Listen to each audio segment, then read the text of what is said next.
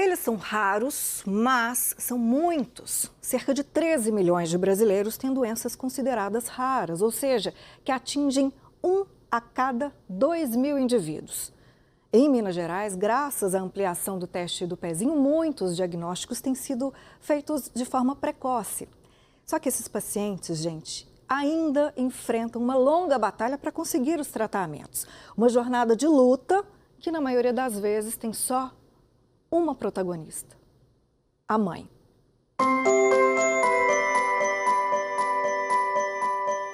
Dudu, de Patos de Minas, é um menino raríssimo. Até agora, o único descoberto no Brasil. Um dos poucos do mundo. Oi. Ele tem paralisia espástica hereditária tipo 50, ou SPG 50. A mãe, que é pediatra, precisou pesquisar junto com uma equipe de especialistas sobre a doença tão desconhecida. É uma doença genética que acomete os neurônios, né?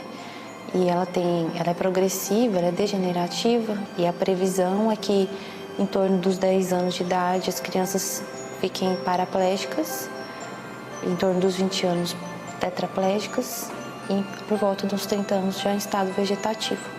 Quando Dudu era bebê, a família percebeu que o desenvolvimento não estava dentro do esperado. Um exoma, exame que analisa o DNA em busca de alterações, revelou a raridade.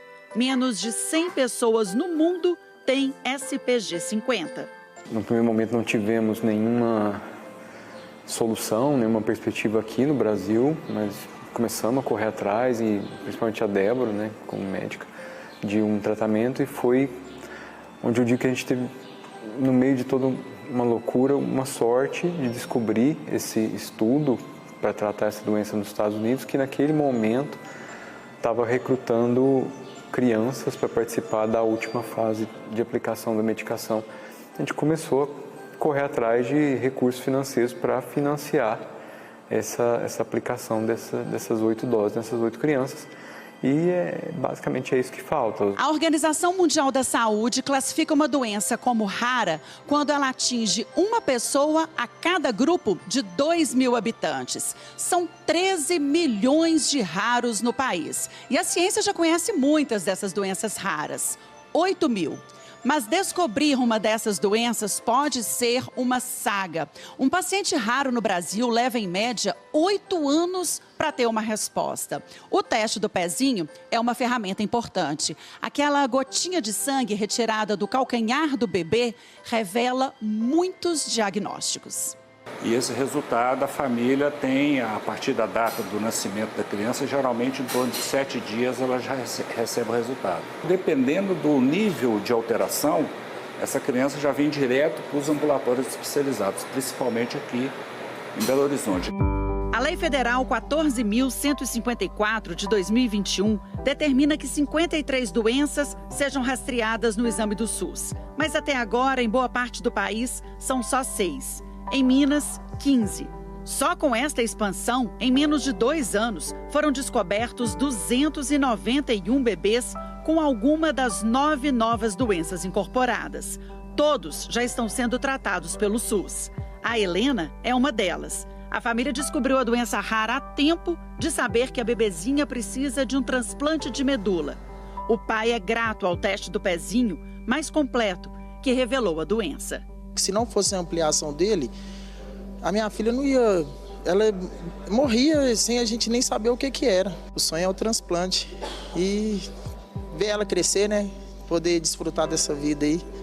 A previsão é que em abril o exame salte para 60 doenças rastreadas em Minas. Depois que o diagnóstico chega, pacientes, famílias começam a enfrentar outras batalhas. Conseguir o medicamento, que muitas vezes é de altíssimo custo, terapias e encontrar especialistas na área de saúde que realmente entendam de doenças raras. Tudo isso pode ser uma longa jornada. Na Zona da Mata, o Hospital Universitário de Juiz de Fora é referência para pacientes raros. Na capital, o Hospital Infantil João Paulo II é credenciado pelo Ministério da Saúde como o primeiro serviço de atenção especializada em doenças raras de Minas. E o Hospital das Clínicas da Universidade Federal de Minas Gerais também tem ambulatórios voltados para tratamentos destes pacientes. O geneticista Rodrigo Arantes alerta que é preciso mais. Tem muitas pessoas, muitas famílias, crianças e adultos, em sua maioria crianças, que estão aguardando essas consultas, mas que ainda a rede não deu conta, não foi capaz de absorver devido ao grande volume. A gente precisaria então de médicos pediatras, médicos geneticistas, neurologistas pediatras, gastroenterologistas, terapia ocupacional, a psicopedagogia, a psicologia. E com nutricionistas especializadas como a Viviane Canufri, ela calcula cada grama da dieta dos pacientes. A evolução da melhora, o melhor do prognóstico depende muito da nutrição. Se a criança ela não come a caloria adequada, se ela não ingere calorias adequadas, ela vai descompensar. Se a proteína for a mais, no caso dessas doenças metabólicas que eu estou falando, né? Se come proteína a mais, também a criança vai descompensar. A gente corta os legumes tudo, pesa bonitinho e já faz a pesada de 3 proteínas ao dia que ela pode comer. E a gente coloca na geladeira e no dia a gente já cozinha e divide para almoço e janta. E o que você me conta? Tem sempre que está fazendo conta? Tem sempre que está fazendo conta. A Bruna está aprendendo muito na prática na residência de neurologia. Acha importante melhorar também o ensino sobre doenças raras nas universidades. A gente precisa conhecer a doença para a gente saber suspeitar. E só saindo da faculdade não é o suficiente? Eu diria que é mais difícil. Muitas coisas por aqui, muitos casos te surpreendem? Muitos mesmo. Este neuropediatra defende ter mais treinamento de profissionais e centros de doenças raras para haver também mais adesão ao tratamento. Minas é maior que muitos países da Europa. Eu acho que a gente teria que pensar em algo para a gente deslocasse no mais de 200, 300 quilômetros, porque eu acho que isso facilitaria muito. Porque imagina você ter que andar 600 quilômetros de tempo em tempo, tem algumas doenças, de 15 em 15 dias tomar medicação. É complicado a adesão. Acontece. Os netos da dona Andréia têm um tipo de anemia rara. A família está sempre no Hospital Infantil João Paulo II, em BH. De quanto em quanto tempo a senhora tem que vir cá com eles?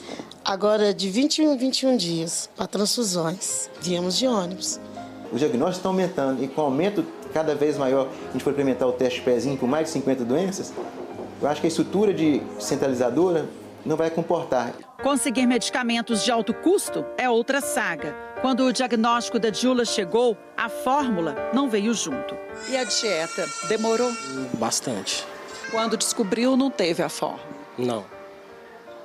E como é que o senhor foi fazendo nesse tempo sem a fórmula? Era doação.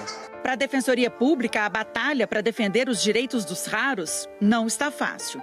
Você pode conseguir medicamento, insumo na justiça, mas em relação aos medicamentos, desde que haja registro na Anvisa, que a gente comprove a hipossuficiência, o medicamento seja insubstituível, que não haja outro no SUS que atenda a criança, isso tudo preenchido um relatório médico minucioso, detalhado. Além disso, nós temos que provar por que não existe esse tratamento aprovado na Conitec, Comissão Nacional de Incorporação de Tecnologias do SUS. E tem vezes que quando você consegue o menino já morreu? Esse ano eu perdi um assistido, eu fiquei muito abalada. Nesse dia eu simplesmente desliguei o computador e saí.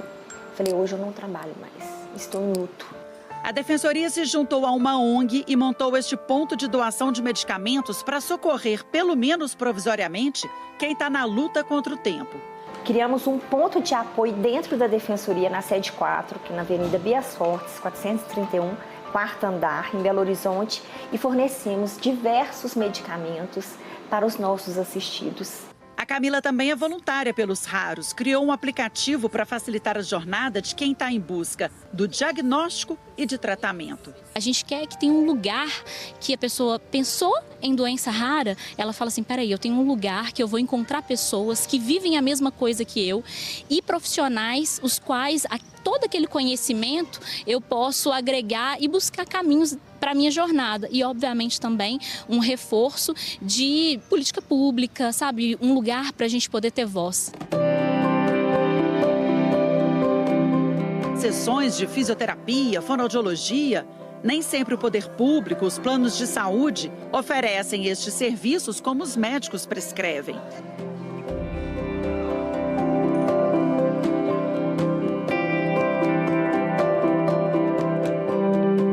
Muitos pacientes de 29 cidades da região metropolitana que não têm estes tratamentos pegam estrada até a AMR, a Associação Mineira de Reabilitação, que faz tudo isso aqui por filantropia.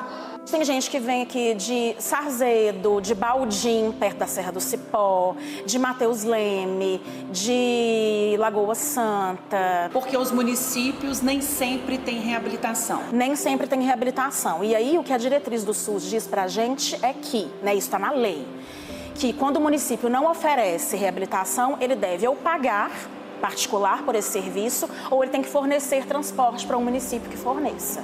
Então, são muitos desafios. Muitas vezes, por exemplo, é feriado no município de origem dessa família, não é feriado aqui em Belo Horizonte, mas aí eles não oferecem o transporte porque é feriado lá. E aí essa criança perde um dia de atendimento aqui.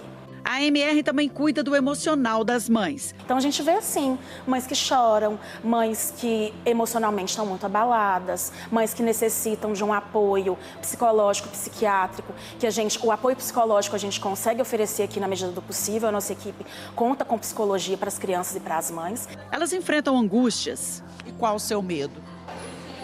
De perder ela. Acho que o maior medo da mãe é morrer e deixar o filho. Porque é difícil ter alguém para cuidar, né? A mãe normalmente se dedica a maior parte do tempo. Uma rotina pesada. Ele faz físio, fono, TO, esporte-terapia, musicoterapia. Dia a dia desafiador que muitas mães de raros enfrentam sozinhas. Dados do Instituto Baresi, que faz pesquisas sobre estes pacientes, revelam que 78% dos pais que têm crianças com deficiência abandonam os filhos antes deles completarem 5 anos. Os pais das pessoas com deficiência, eles abandonam essa mãe à própria sorte, né? Os familiares muitas vezes se afastam por não saberem cuidar ou não ter interesse em ter essa sobrecarga na vida deles, né? Então a mãe fica sobrecarregada, às vezes não consegue trabalhar, não consegue sair para trabalhar, ela não consegue descansar, ela não tem lazer, ela não tem vida. Por outro lado, há quem escolheu caminhar com os raros. Dr. Rodrigo, a nutricionista Viviane, o neuropediatra André. Eles vivem esta jornada com toda a entrega. Eu acredito que foi um caminho que Deus escolheu para mim. Eu acho que eu estou aqui não foi porque eu quis. Eu acho que eu tenho uma missão aqui na Terra, sabe? E Deus me escolheu para estar aqui. E você gostou? É o que eu amo fazer.